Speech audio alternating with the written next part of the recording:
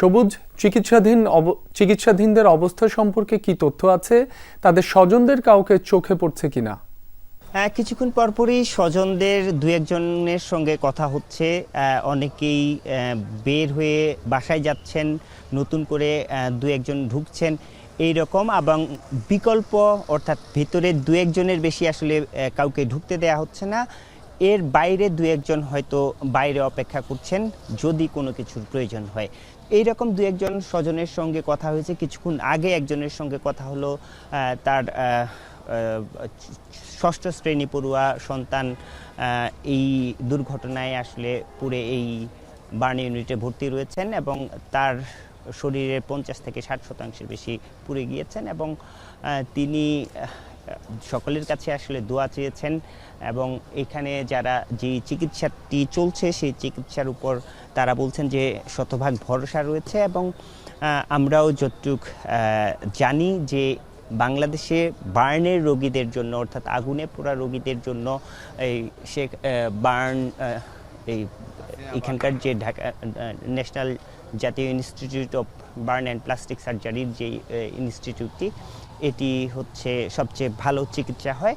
তারপরেও এখানকার ভেতরে যারা চিকিৎসকরা কাজ করছেন প্রাণপণে চেষ্টা করছেন যারা এখানে ভর্তি রয়েছেন তাদের অবস্থার জন্য উন্নতি ঘটানো যায়।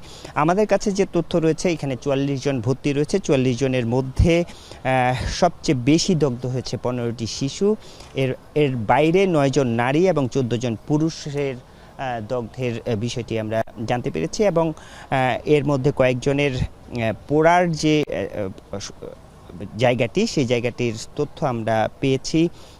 ABM শামীম নামে 14 বছর বয়সী একজন 95% পুড়ে গিয়েছে তার। সায়েন ইউসুফ নামে 14 বছর বয়সী আরেকজন, তারও 95% পুড়ে গেছে। সাইমা নামে 10 বছর বয়সী একজনের 25%, মাহিয়ার 15 বছর বয়সী তার 50% পুড়ে গিয়েছে।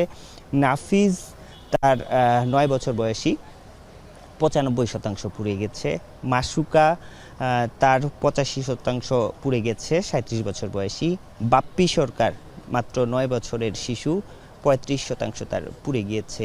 মাহরিন 46% তার পুড়ে গিয়েছে। মাসুমার 60% পুড়ে গিয়েছে। আফসান ফায়েজ 14 বছর বয়সী, 95% পুড়ে গিয়েছে। মান্তাহার 10 বছর বয়সী, 5% পুড়ে গিয়েছে তার।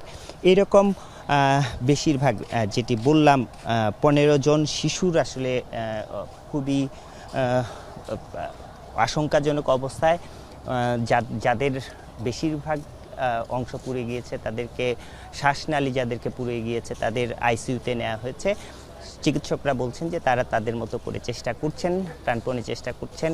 যদি এর চেয়েও বেশি চিকিৎসা হয়, বিশেষ করে এই বার্নের রোগীদের মূলত বেশিরভাগই শ্বাসনালী পুড়ে যায়। শ্বাসনালী পুড়ে গেলে মূলত অক্সিজেনের প্রয়োজন হয়, সেক্ষেত্রে আইসিইউ লাগতে পারে। সেক্ষেত্রে আইসিইউর ব্যবস্থা সরকারের পক্ষ থেকে বলা হচ্ছে যে সর্বোচ্চ চেষ্টা করা হচ্ছে।